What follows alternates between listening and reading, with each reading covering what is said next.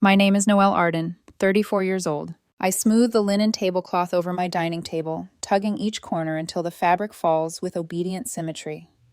The flowers, white ranunculus in a glass cylinder, complete the illusion. This one-bedroom apartment, with its tasteful but impersonal decor, serves its purpose well. A stage set for my mother's occasional inspections. Nothing more. The air smells faintly of lemon oil and restraint. My phone buzzes on the counter. Adrien's name lights up the screen, and a warmth rises in me before I even swipe to answer. "Hey," I say, letting the smile curve my voice. "I'm just wrapping up here. I'll be home in 20, His breathing is uneven, a quiet staccato. "Noelle, we have a problem." His voice drops, a whisper, like he's trying not to rattle the walls.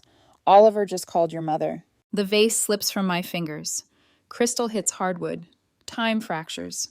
Water splashes against my ankles while shards glitter like tiny verdicts around my feet. My throat tightens. "What?"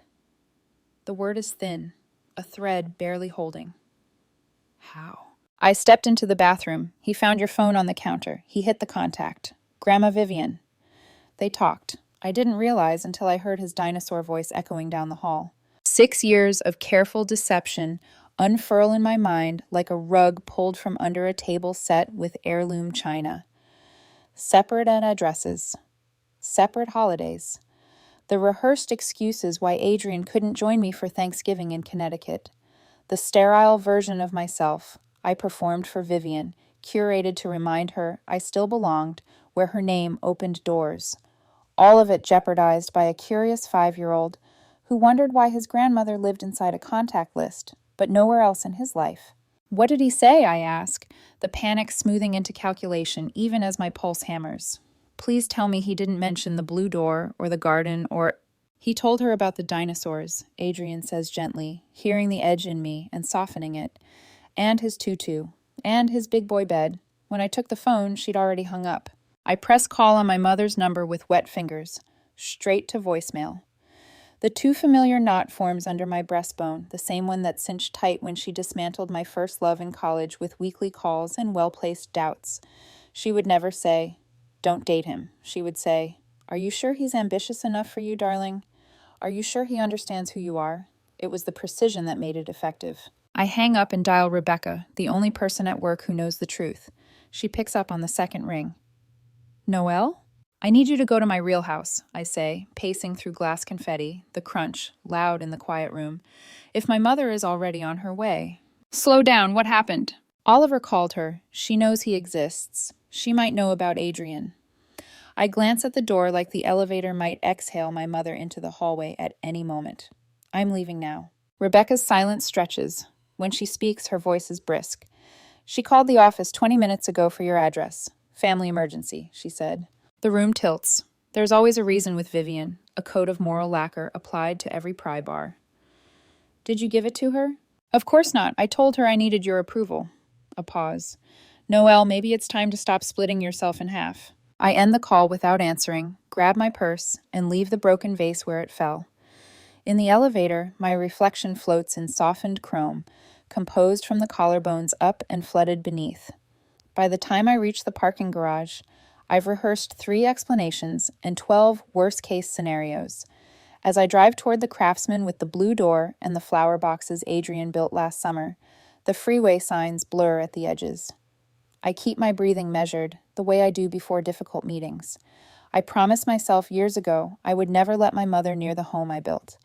Boundaries can be fortresses or prisons. I never imagined how quickly they can become both. Adrien is in the doorway when I pull into the driveway, Oliver beside him.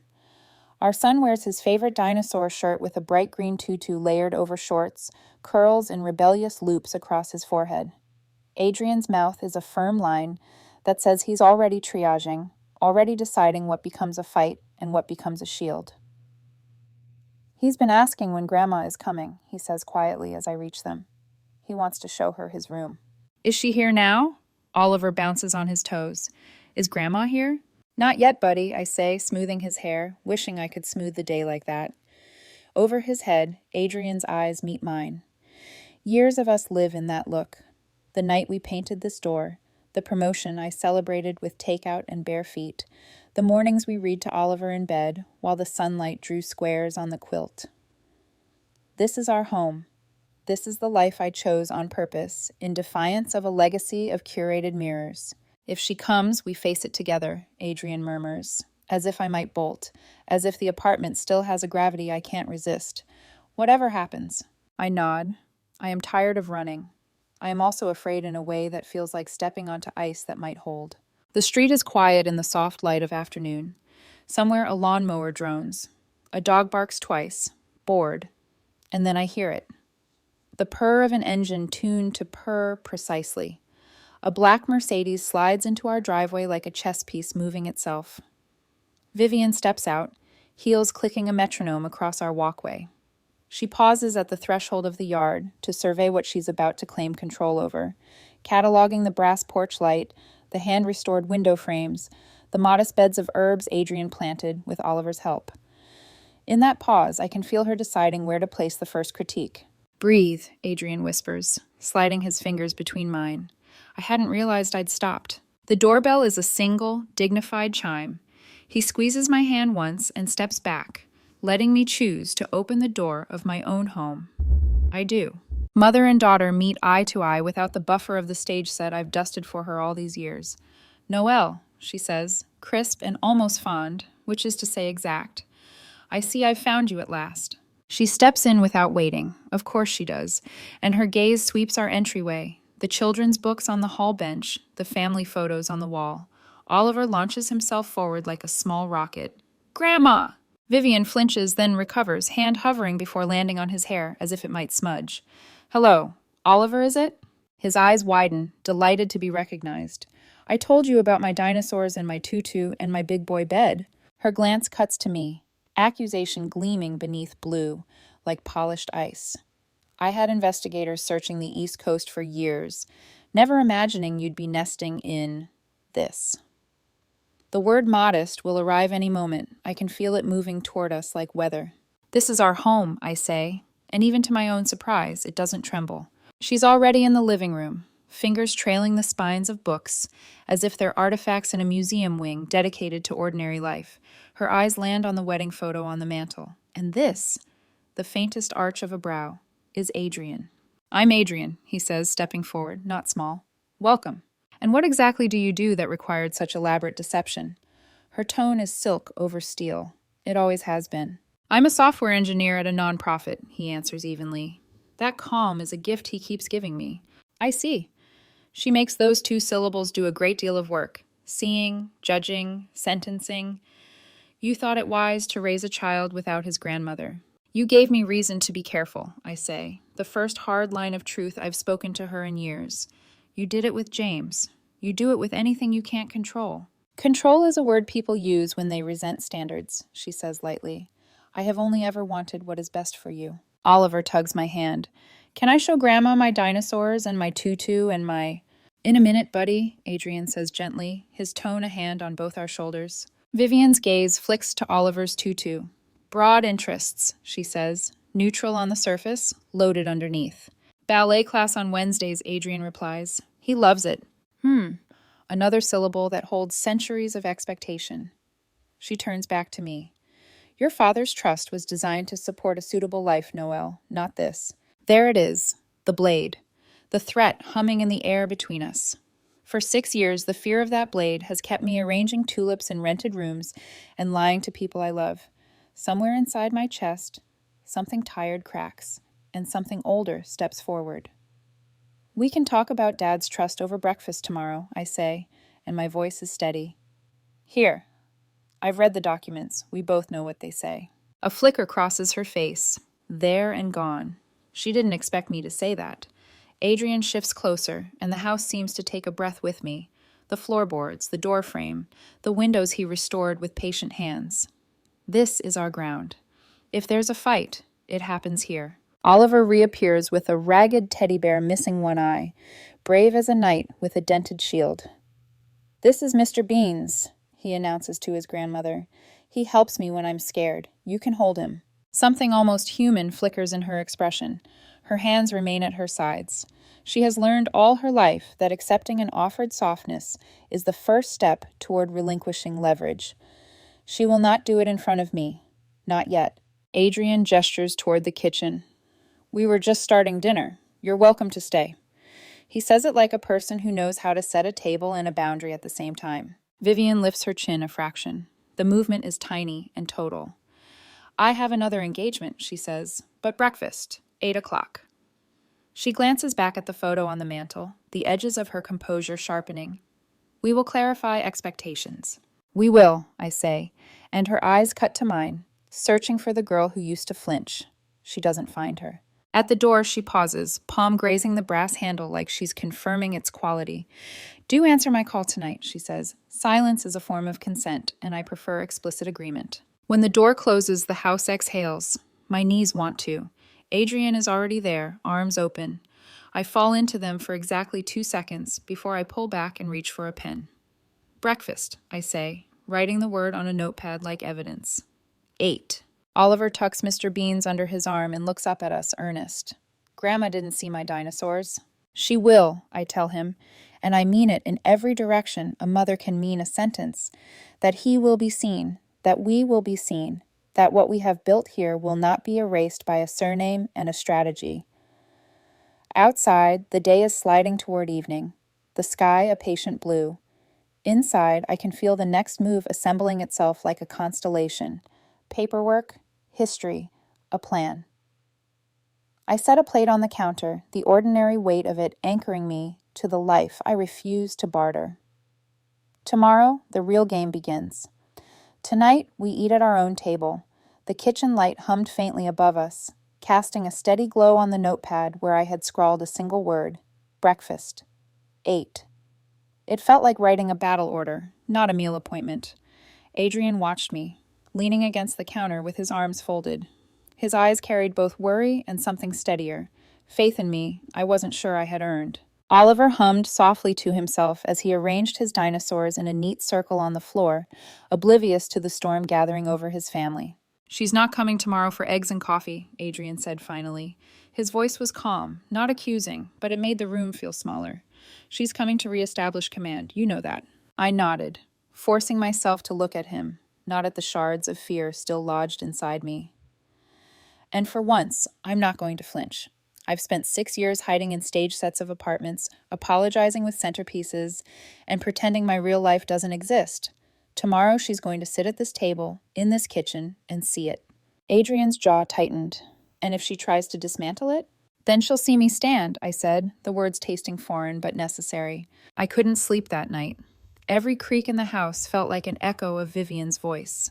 My dreams fractured into visions of her walking through Oliver's room, lifting his drawings one by one and saying, ordinary, wasteful, disappointing. When dawn seeped pale through the curtains, I rose with it. The cardboard box in the hall closet waited like a sealed confession.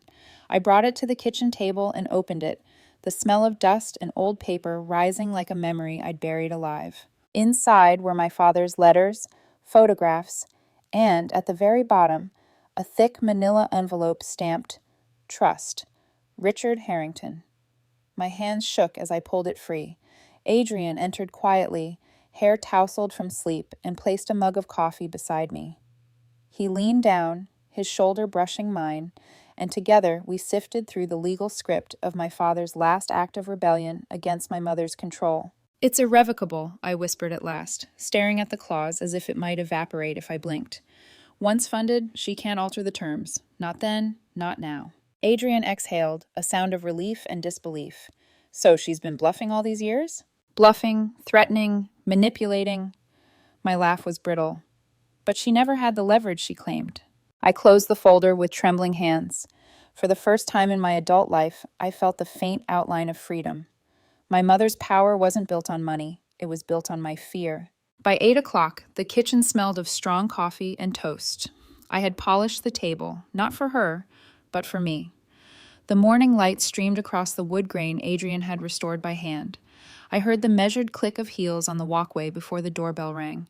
Adrien squeezed my hand once, silently promising he was near, and then stepped back as I opened the door. Vivian stood there, perfect as always in a tailored pantsuit, pearls catching the light. Her gaze swept over me, noting the bare feet, the messy bun, the absence of armor. "Noelle," she said, her tone carrying both recognition and reprimand. "Mom, come in." She did, her perfume filling the kitchen like an invasive flower. She sat gracefully, not waiting to be offered coffee, but I poured her a cup anyway. Adrien leaned against the counter, silent, steady. Oliver patted down the stairs in his pajamas, rubbing his eyes. He froze at the sight of her, then broke into a wide smile. "Grandma, you came back." Her lips curved, precise but not warm. "Yes, Oliver, I came back."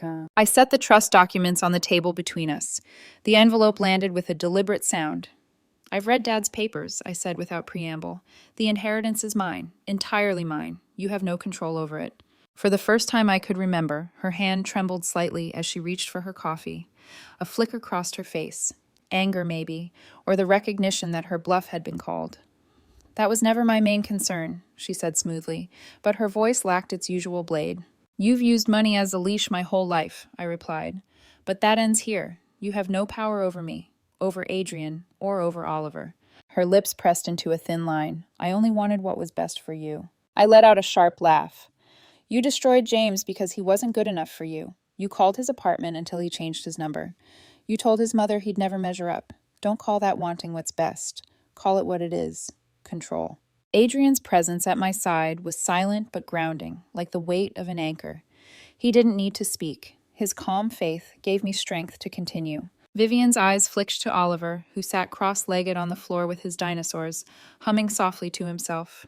"And what is best for him?" she asked pointedly. "To grow up thinking ordinary is acceptable? To wear tutus without discipline? To live in a modest home when he could have a mansion?" My breath caught, but before I could respond, Oliver stood and toddled over, clutching his one-eyed teddy bear. He placed it solemnly in his grandmother's lap. "Mr. Beans helps when you're scared," he told her. Something cracked across her carefully painted face. Her hands hovered, uncertain, then rested lightly on the bear. She didn't speak. I leaned forward. "You can be part of his life, Mom, but on our terms, not yours. You will not dictate his school, his future, his clothing, his friends. You will not decide what makes him valuable. You can be his grandmother, not his judge." The silence stretched, thick as wet wool. Finally, Vivian set the teddy bear aside and sipped her coffee. "Perhaps I could stay a little longer," she said at last, her voice measured, fragile. "To get to know Oliver." The words startled me more than any threat she'd ever made. An olive branch or another tactic? I couldn't yet tell. Oliver's eyes lit up. "You can see my dinosaurs now, Grandma. The baby one is me." He tugged at her sleeve, and for once, she allowed herself to be led. Adrien's hand brushed mine, his thumb pressing reassurance into my skin. "You did it," he murmured. "You stood." I didn't answer. I was too busy watching Vivian follow Oliver into the living room, clutching a ragged bear as if it might anchor her. For the first time in years, she looked less like an empress and more like a woman caught between loss and possibility. But even as I watched, a warning whispered at the back of my mind. Vivian never yielded without planning her next move. Breakfast might be a fragile beginning, but it was also the opening volley of a larger war. And I knew, deep in my bones, that she hadn't come here to surrender. She'd come to regroup. The morning after breakfast, I lingered at the kitchen table long after Vivian left, my fingers tracing the rim of my coffee mug. The house still carried her perfume, sharp and expensive, clinging to the air like a claim. Adrien moved quietly around the kitchen, clearing plates, rinsing Oliver's cereal bowl. His silence wasn't empty. It was patience, giving me space to hear my own thoughts before I spoke them. "She's regrouping," I said finally, the words falling heavy into the quiet. "That wasn't surrender." Adrien dried his hands and leaned against the counter. "I know." His calm gaze met mine. "But you didn't flinch. That matters." I thought of the way her eyes lingered on Oliver's tutu, on our modest bookshelves, on the life she deemed beneath me. I thought of her voice when she said she might stay longer, as though each syllable had been rehearsed. And beneath it all, I felt the hum of her next move assembling itself in shadows. That night, when the house was still, I returned to the cardboard box of my father's papers. The manila envelope lay open, its legal jargon cold and final. Irrevocable. Yet tucked beneath the documents, folded in half, was a letter in my father's hand. My throat tightened as I recognized the script, his steady, looping cursive. "My dearest Noelle," it began. "If you are reading this, it means I am gone, and you are older than I ever wanted to imagine without me. I left you this trust not for status, not for appearances, but for freedom. Use it to build a life that matters to you, not to your mother. She will try to shape you. She always has, but you are stronger than you know." Tears blurred the ink as I pressed the paper flat. Adrien found me there, shoulders hunched over the words, and he rested his hand on the back of my neck. "What does it say?" "That he trusted me more than she ever did," I whispered. The next days blurred into strategy. Adrien and I sat at the kitchen table at night, our laptops open, our notebooks filling with lists. We mapped out Vivian's weapons, financial leverage, social influence, guilt, and we planned defenses. Rebecca became a quiet ally, texting updates when Vivian inquired about me at the office. Margaret, my mother's oldest friend, began slipping me fragments of conversation from Connecticut, the whispers Vivian fed her circle, the stories she told about me. "Do you trust her?" Adrien asked one evening, scrolling through an email Margaret had forwarded. "I trust that she's tired of being a pawn in Vivian's games," I said. "And I trust that she loved my father. That has to mean something." Still, each update confirmed what I already knew. Vivian wasn't retreating. She was recalibrating. Oliver's birthday approached, his 5th, and with it the gathering I had promised him. Balloons, a dinosaur cake, friends from preschool. But beneath the party supplies lay something heavier, the sense that this celebration would also be a battlefield. Adrien and I decided quietly, without telling Oliver, that we would not hide anymore. This house, our life, would not bend to my mother's shadow. Then, one afternoon, the phone rang. Donna Taylor, the director at Oliver's preschool, spoke in her careful professional tone. "Noelle, I thought you should know. Your mother has called 3 times this week, asking about Oliver's schedule, his teachers, even his friends' parents." My grip on the phone tightened until my knuckles whitened. "You didn't tell her anything, did you?" "Of course not," Donna said gently. "Our policies are strict, but I wanted you to be aware." When I hung up, Adrien was already watching me from across the room, his expression hardening as he read the truth in my face. "She's trying to get to him." The words dropped between us like stones in water. It wasn't about me anymore. It wasn't about control over my choices or my marriage. It was about Oliver, about shaping the next generation before he even understood what it meant to resist. "We need to tighten boundaries," I said, reaching for my notebook. My handwriting pressed deep into the paper as I wrote, "Oliver, protection plan." That night, our kitchen became a war room. We called the preschool, updating security procedures. We spoke with the parents of Oliver's closest friends, offering vague but firm explanations. Margaret agreed to attend the birthday party, a buffer in case Vivian attempted another public ambush. Every move felt like building barricades against an approaching storm. Yet even as we planned, doubt whispered, "Would it be enough?" Adrien slid his hand over mine, stopping my frantic scribbling. "We can't predict every tactic she'll use," he said softly, "but we can stand together when she tries." I met his gaze, steady and grounding. For 6 years, secrecies had been my shield. Now, preparation was. And though fear pressed heavy on my ribs, beneath it pulsed something stronger, resolve. On the night before Oliver's birthday, I tucked him into bed beside his dinosaur nightlight. His small hand clutched Mr. Bean's, his curls shadowed on the wall. "Is Grandma coming tomorrow?" he asked sleepily. I hesitated, smoothing the blanket over him. "Yes, buddy, she's coming." He grinned, innocent and bright. "I'll show her my dinosaurs, and my tutu." My chest ached as I kissed his forehead. "Yes, you will." Downstairs, I stood at the window with Adrien, watching the garden we'd planted sway in the night breeze.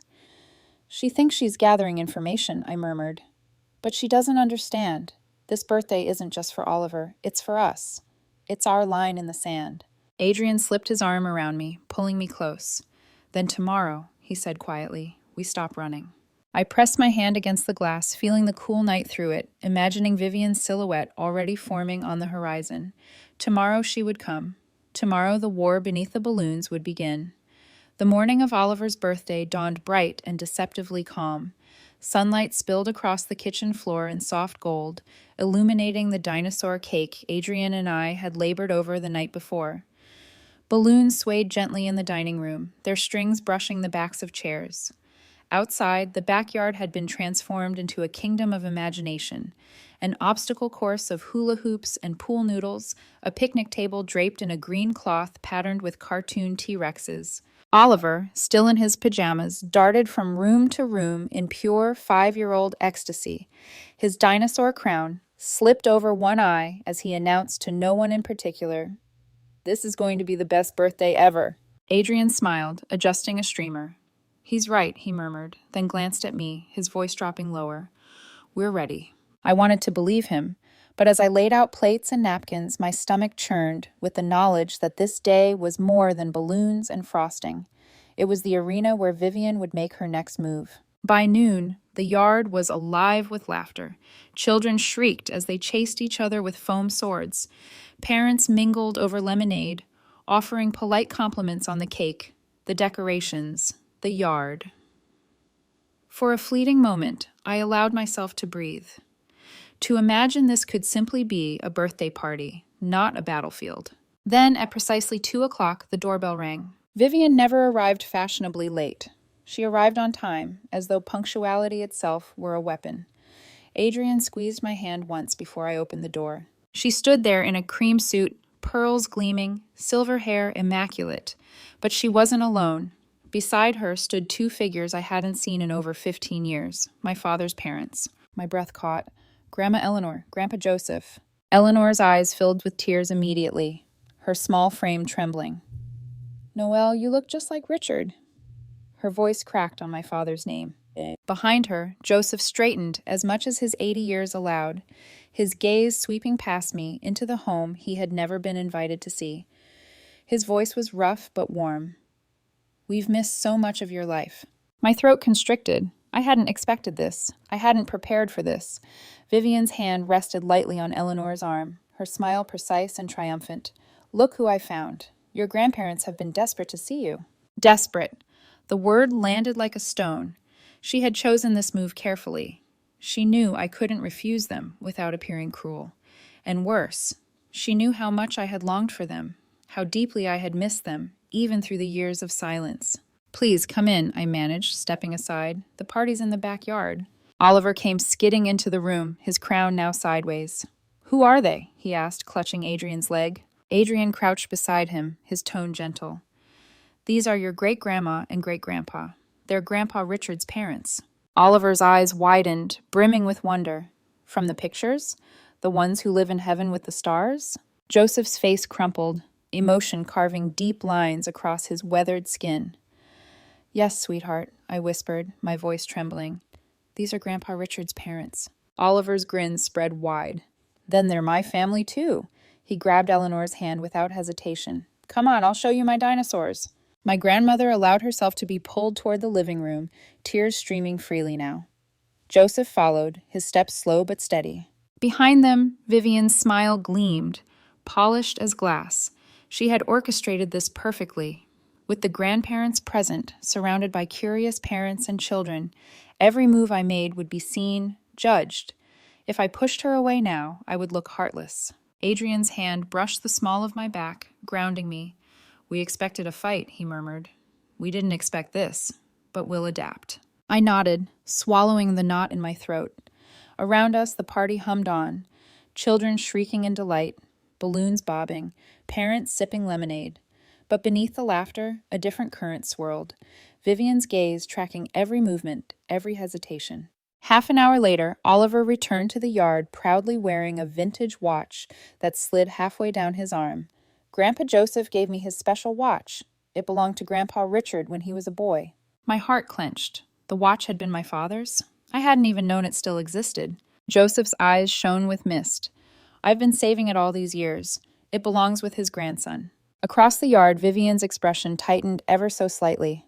She hadn't planned that moment of genuine connection. She couldn't control it. Parents murmured politely, smiling at Oliver's joy, unaware of the chessboard beneath their feet.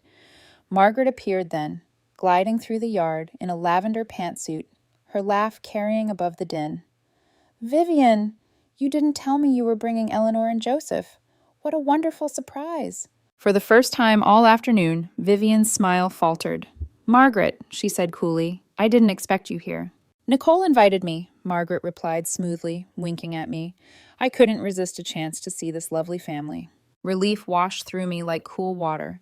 Margaret's presence tilted the balance, adding a witness who knew the truth. As Adrien carried out the dinosaur cake, Oliver clapped his hands, eyes wide with joy.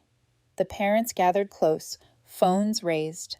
I felt my heart race as Vivian smoothed her trousers and stepped forward, her voice carrying with practiced ease. "Perhaps Oliver might open my gift first," she said, every syllable commanding attention. Adrien glanced at me. I nodded. Better to face it head on. She handed Oliver a small package wrapped in cream paper with a gold ribbon. Inside was an envelope and a velvet box. "What is it, Grandma?" Oliver asked, tilting his head. "It's your future, darling," she said, her voice warm but sharpened with intent. "I've established an educational trust for you. It will cover your tuition at Whitfield Academy, my alma mater, and eventually Yale, just as your grandfather and mother were meant to attend." The yard fell silent. Parents shifted uncomfortably, sensing tension without understanding it. Oliver opened the velvet box to find a small gold key on a blue ribbon. "A key?" he asked, puzzled. "It represents your future," Vivian explained, her smile radiant with victory. "The finest education, the best connections, a life of opportunity you won't find here." The air tightened.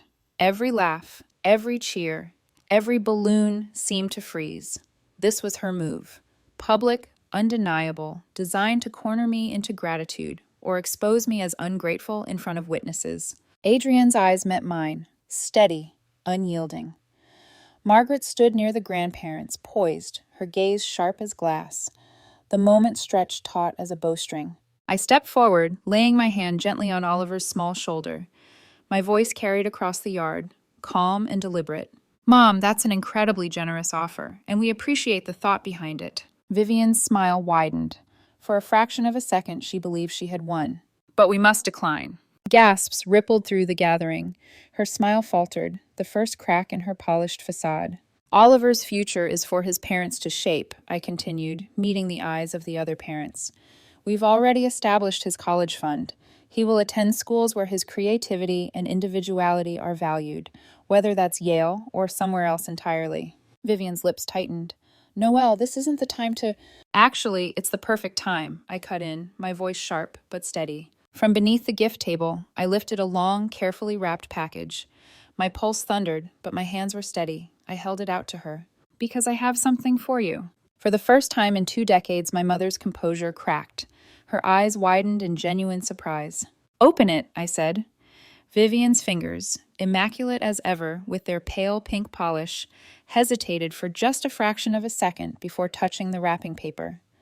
Around us, the birthday party held its collective breath. Children shifted restlessly, not understanding the weight of the moment, while parents leaned in, sensing tension simmering beneath the surface of cake and balloons. Adrien stood close enough that I could feel the steadiness of his presence radiating through me. Margaret's eyes gleamed like she already knew what I was about to unleash. Vivian peeled away the paper with surgical precision, revealing an antique brass telescope. The polished metal glinted in the sunlight, the ridges catching every ray like they were meant to be seen today, here. For the first time in as long as I could remember, my mother's perfectly curated mask cracked. Her hands trembled. Her voice slipped down to something almost human. "Richard's telescope," she whispered, barely audible. "Yes," I said, loud enough for everyone to hear. "Dad's telescope. He used to tell me it helped him see beyond what was right in front of him." I took a deliberate step forward, my words meant for her, but my voice carrying to the gathered crowd. "I thought maybe it could help you, too." A ripple of murmurs spread through the parents, curiosity sparking in their eyes. Oliver, oblivious to the undercurrents, tugged on his crown and announced proudly, "That's Grandpa Richard's Starfinder. Mommy said he showed her the Big Dipper with it." Vivian's fingers clenched around the telescope, knuckles pale. For once she couldn't find the script. Her silence was louder than anything she could have said. But I wasn't finished. "There's more," I continued, my hand reaching for the leather-bound journal Margaret had been holding like a conspiratorial secret. She passed it to me without hesitation, her expression calm, supportive. I extended it to my mother. Dad's journals. I've kept them all these years. I think it's time you had them. Vivian's breath hitched as she accepted the weight. The journals were worn, corners frayed, pages softened by years of my father's steady hand. Her facade crumpled slightly as she flipped one open, scanning the familiar script. I saw the moment the words hit her. Her lips parted, her lashes fluttered. He wrote about me, I said, my voice steadier than I expected, about the kind of life he wanted for me. Not prestige, not appearances, happiness, authenticity, a family built on love, not power. Across the yard, Eleanor rose slowly from her chair, her frail frame supported by Joseph's steadying hand. She placed her palm gently on the telescope, her weathered voice quivering. Richard treasured this. He would sit with Noelle for hours on the back porch, showing her the constellations. He never cared for society pages. He cared about seeing clearly. Joseph's voice added to hers, rough with emotion. Our son believed in freedom, in honesty. He wanted his daughter to live a life she chose, not one chosen for her. The weight of their words shifted the ground beneath us. Parents who had come for cake and games now stood silent, witnesses to something raw and unpolished. Adrien straightened beside me, pride and quiet victory radiating from him. Margaret's subtle nod told me everything I needed to know. We had turned the tide. Vivian clutched the telescope, the journals, her hands shaking. For the first time in my memory, her eyes weren't sharp with judgment, but wet with something dangerously close to grief. She lifted her gaze to me, and in her voice, I heard something I'd never heard before. Hesitation. Noelle? It was a question she couldn't quite form, a plea she couldn't quite shape. Before I could respond, Oliver, with perfect childish timing, tugged her sleeve. Grandma, can we have cake now? I want you to have the first piece. The innocence of his offer broke the tension like sunlight through storm clouds. Laughter rippled among the parents, the children cheered, and even Margaret chuckled softly. Adrien squeezed my shoulder. Of course, I said to Oliver, my voice softer now. Grandma Vivian should definitely have the first piece. Adrien carried out the cake, candles glowing, and the children gathered like a flock of joyful birds. The chorus of happy birthday filled the yard, bright and off-key. Vivian stood holding the telescope against her chest, the journals clutched under one arm, her expression unguarded. The candles flickered across her face, illuminating the cracks in her armor. As Oliver blew out the candles, scattering wax droplets across frosting shaped like dinosaur scales, I caught my mother's gaze. For once, it wasn't a battle. It wasn't judgment. It was recognition, raw, complicated, and unfinished. Margaret leaned closer to Vivian, her voice pitched for her alone, but carrying enough that I caught it. Richard would be proud of her, Vivian. Perhaps it's time you let yourself be proud, too. Vivian didn't answer, but when Oliver tugged her hand, guiding her to the table for cake, she followed without resistance. The telescope rested in her lap, gleaming like a promise not yet fulfilled. I exchanged a look with Adrien across the table.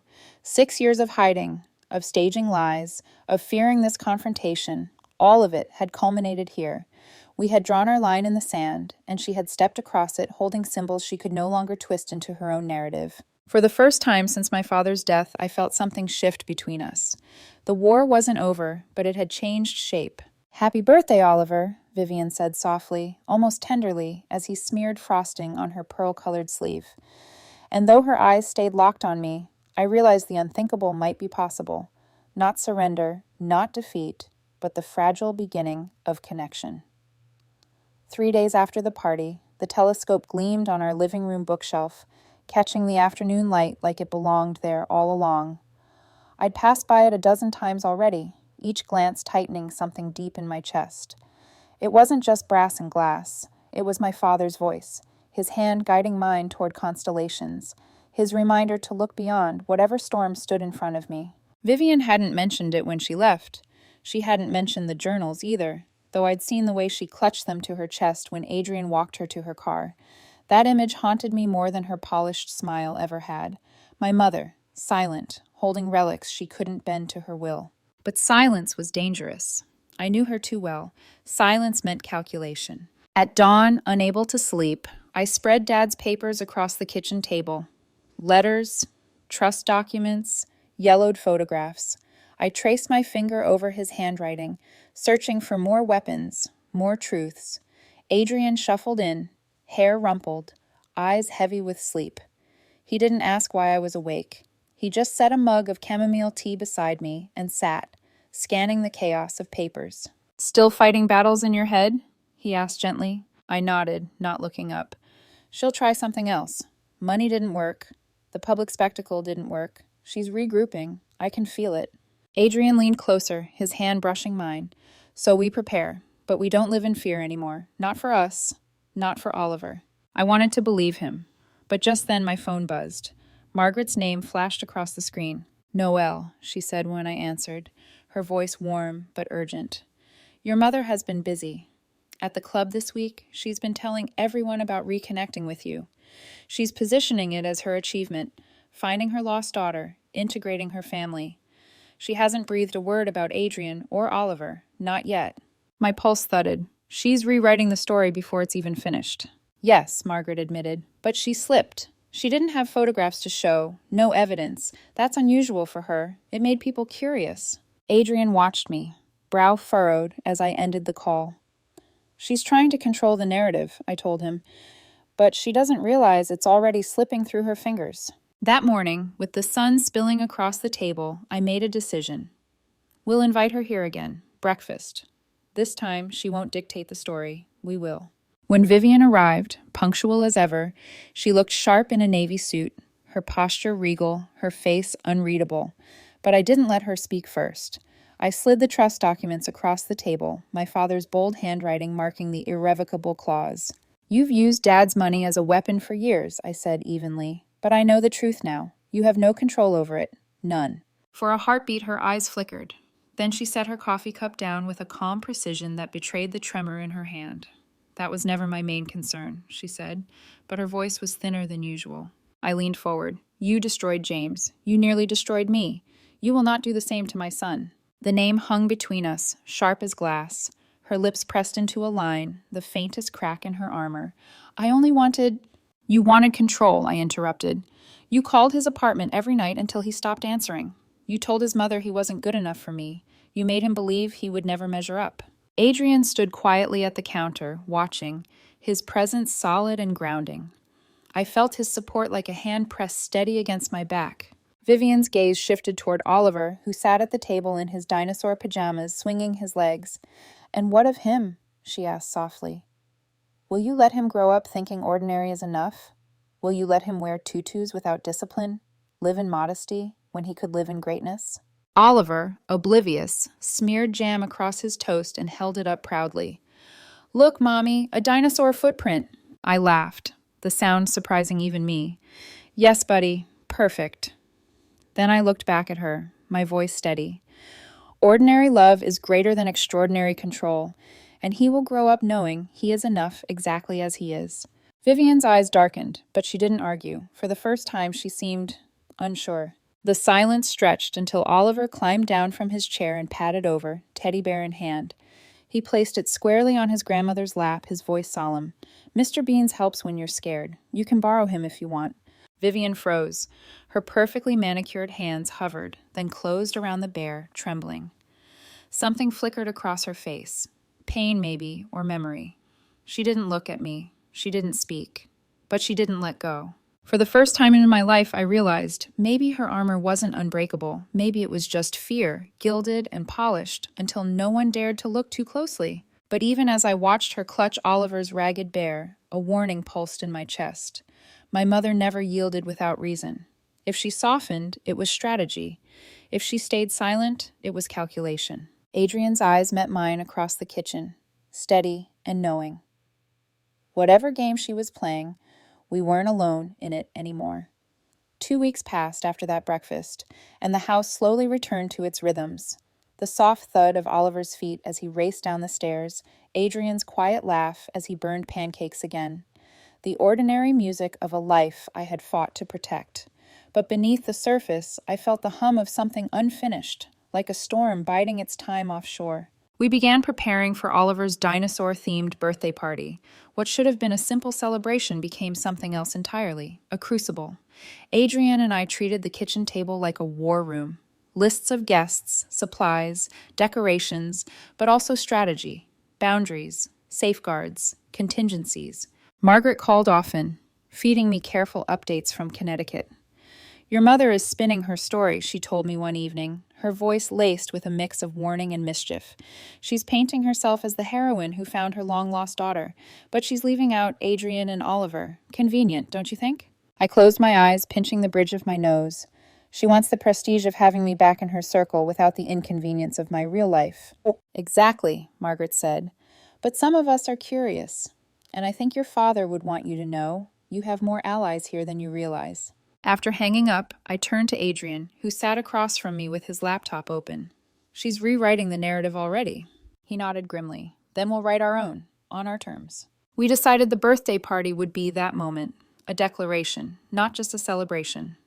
Adrien arranged the backyard with meticulous care, every streamer, every balloon, every piece of cake, frosting a statement of authenticity. No curated illusions, no staged perfection. Just our life, unvarnished. But then the preschool director, Donna Taylor, called. Her voice was careful, too careful. "Noelle, I thought you should be aware. Your mother has been calling the school, asking about Oliver's schedule, his friends, even his teachers." Ice slid through me. "You didn't tell her anything, did you?" "Of course not," Donna said firmly. "But she's persistent." I hung up, my hand trembling, and turned to Adrien. His face darkened, his jaw set. "She's trying to bypass us," he said flatly. "She's going after him directly." I sank into a chair, my pulse thudding in my ears. It wasn't just about me anymore. She wanted influence over Oliver, to shape him before he even knew what it meant. The same way she had shaped me, with whispers, with doubt, with pressure disguised as love. "We tighten everything," I said, grabbing my notebook. My pen dug deep into the paper as I wrote, "Oliver, protection plan."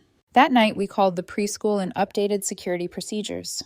We spoke with the parents of Oliver's closest friends, careful but firm in our explanations.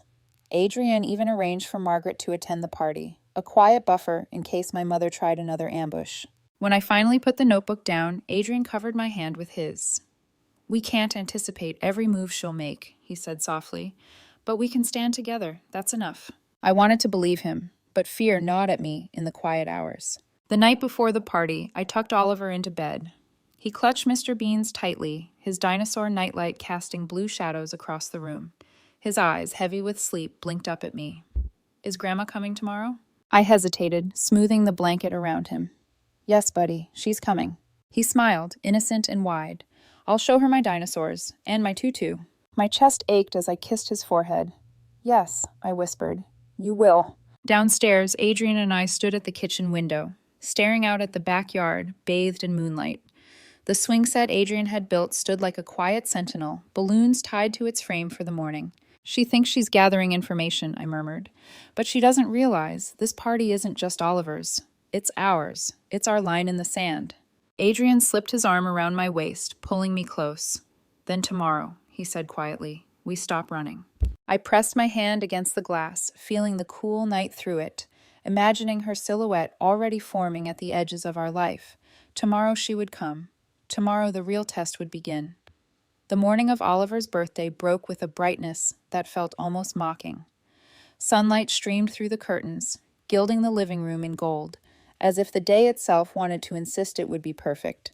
But my chest was tight, my stomach coiled. This wasn't just a party. It was a test, a stage, and maybe even a battlefield. Oliver darted around in his dinosaur costume, his cape flapping behind him as he roared with 5-year-old ferocity.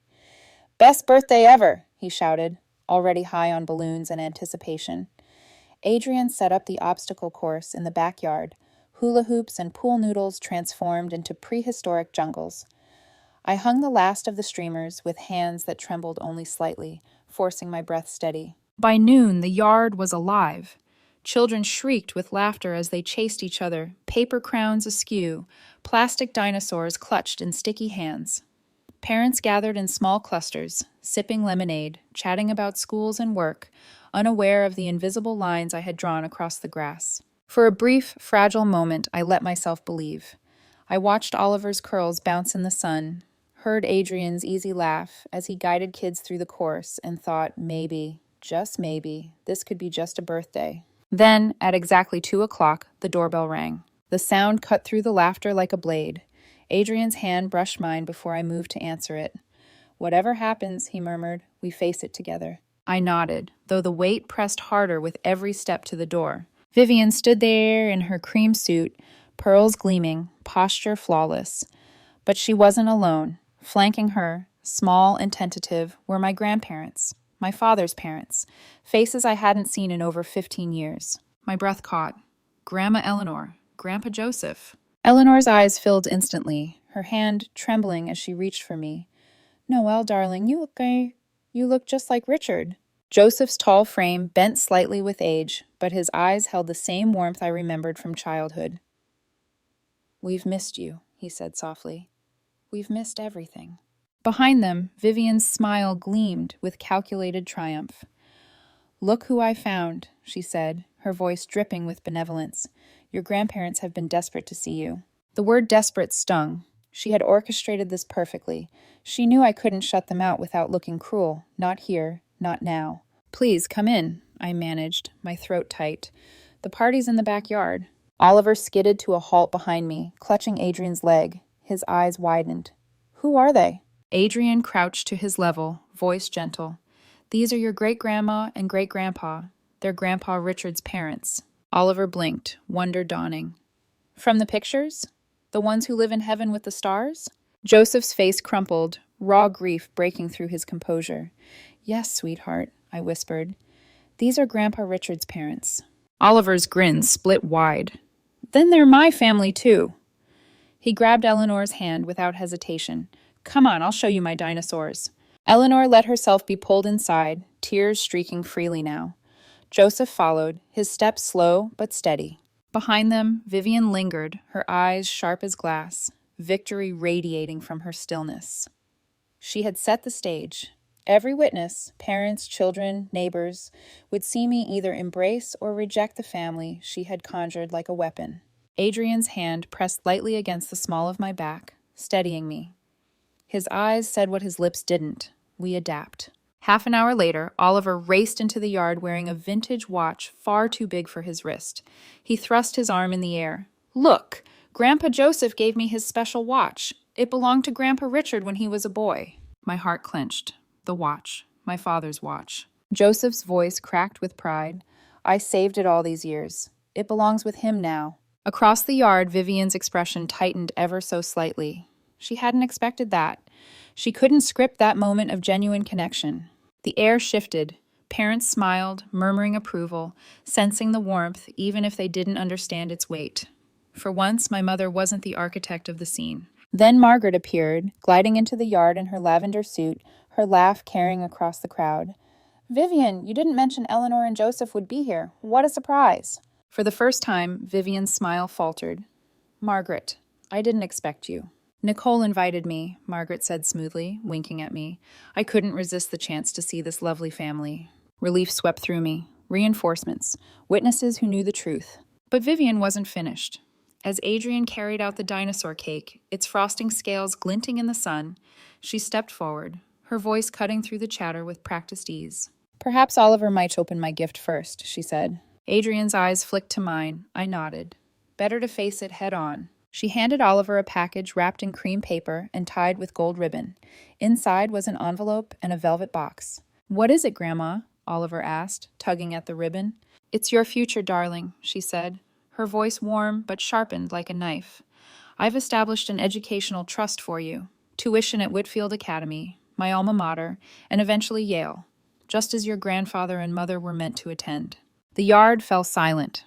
Parents shifted uncomfortably, sensing the tension but not the stakes. Oliver opened the velvet box and held up a small gold key on a blue ribbon. "A key?" Vivian smiled, radiant with triumph. "It represents your future. The finest education, connections that will serve you for life, opportunities you won't find here." Her words cut like glass. This was her move. Public, undeniable, designed to corner me into gratitude. Refusal would look like reckless pride. Acceptance would hand her the reins of Oliver's future. Adrien stepped closer, his presence anchoring me. Margaret lingered near the grandparents, ready, her gaze sharp as steel. The moment stretched taut as piano wire. I laid my hand on Oliver's small shoulder, steadying myself. My voice carried across the yard, calm but deliberate. Mom, that's an incredibly generous offer, and we appreciate the thought behind it. Her smile widened, the gleam of victory flickering in her eyes. But we must decline. Gasps rippled through the crowd. Her smile faltered, the first crack in her polished facade. Oliver's future is ours to guide, I said firmly. We've already prepared for it. He'll go to schools that value his creativity, his individuality, whether that's Yale or somewhere entirely different. Vivian's lips tightened. Noelle, this isn't the time. Actually, it's the perfect time, I cut in. I bent beneath the gift table, my pulse thundering, and lifted a long, carefully wrapped package. I held it out to her with both hands. Because I have something for you. For the first time in 20 years, my mother's eyes widened in true surprise. Her composure cracked. Open it, I said. The paper tore slowly, each rip echoing in the hush that had fallen over the yard. Vivian's hands, steady when raising champagne flutes or signing boardroom checks, betrayed the faintest tremor as she unwrapped the package. Beneath the paper lay the antique brass telescope, my father's telescope, gleaming in the sunlight like it had been waiting for this exact moment. A ripple passed through the gathering.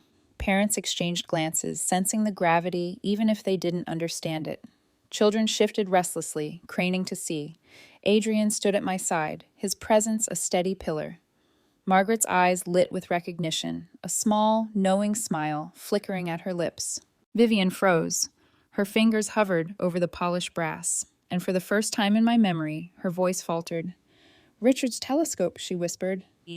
"Yes," I said, my voice carrying just enough to reach every ear in the yard. "He used to take me out on the porch and show me constellations. He told me this helped him see beyond what was right in front of him." I paused, letting the silence thicken, then added, "I thought you might need that reminder." Her eyes flicked up to mine, sharp and wounded all at once. The party guests looked between us, caught in the invisible current. But I wasn't finished.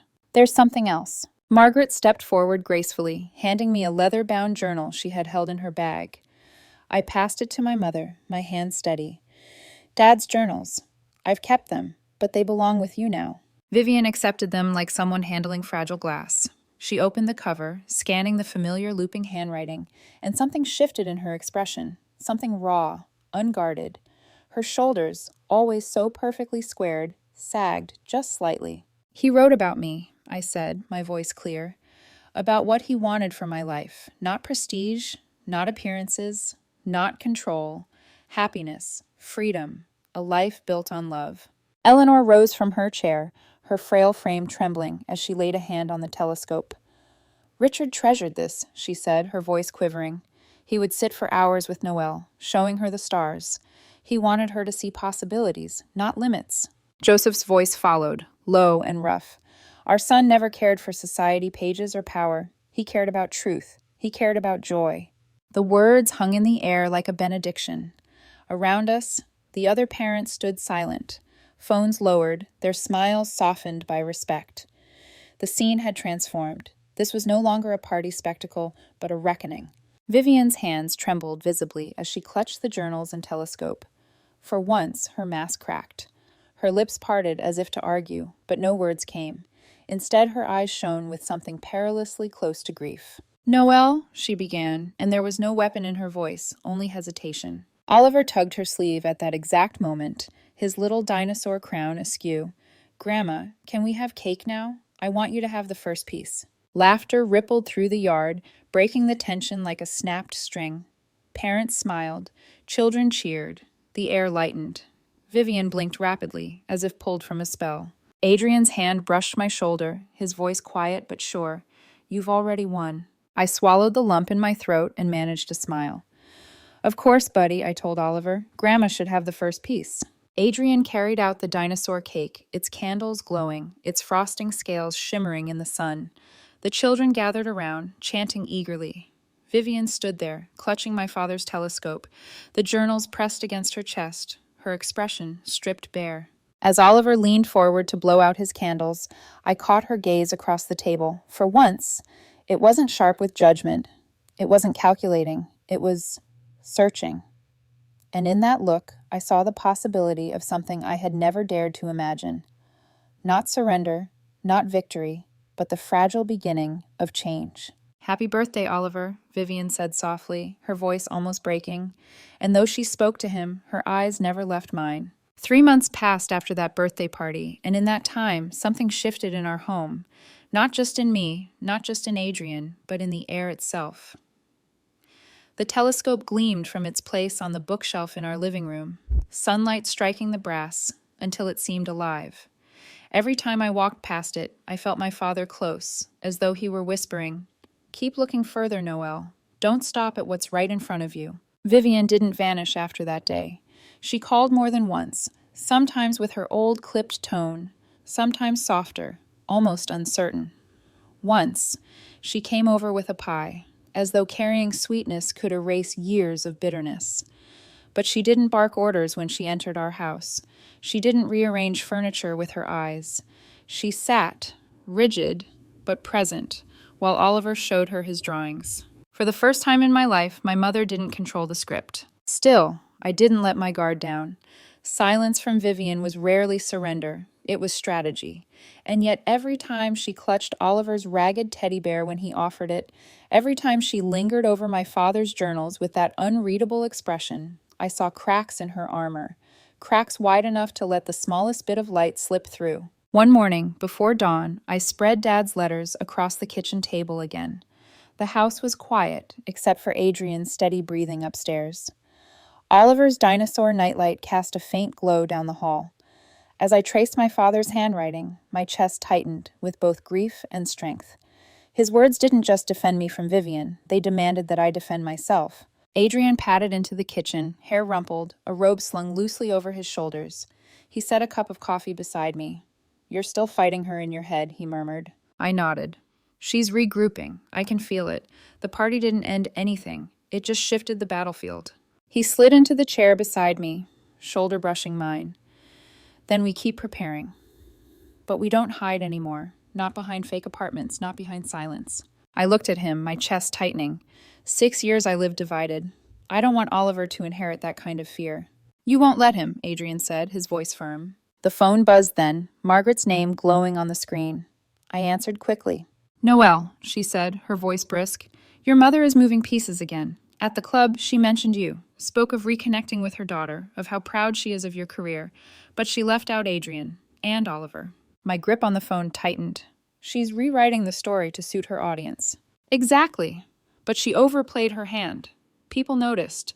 They asked about your family. She had no photographs, no details." Margaret's tone softened. "Noelle, she's not invincible. People are starting to see through her." After I hung up, Adrien raised an eyebrow. "She's trying to drag you back into her world, isn't she?" "Yes, but this time she doesn't control the narrative." The next week she called again, but her voice lacked its usual steel. "Thanksgiving," she said, hesitating just long enough to make me frown. "I thought, perhaps this year, we might gather at your home." For a moment, I couldn't breathe.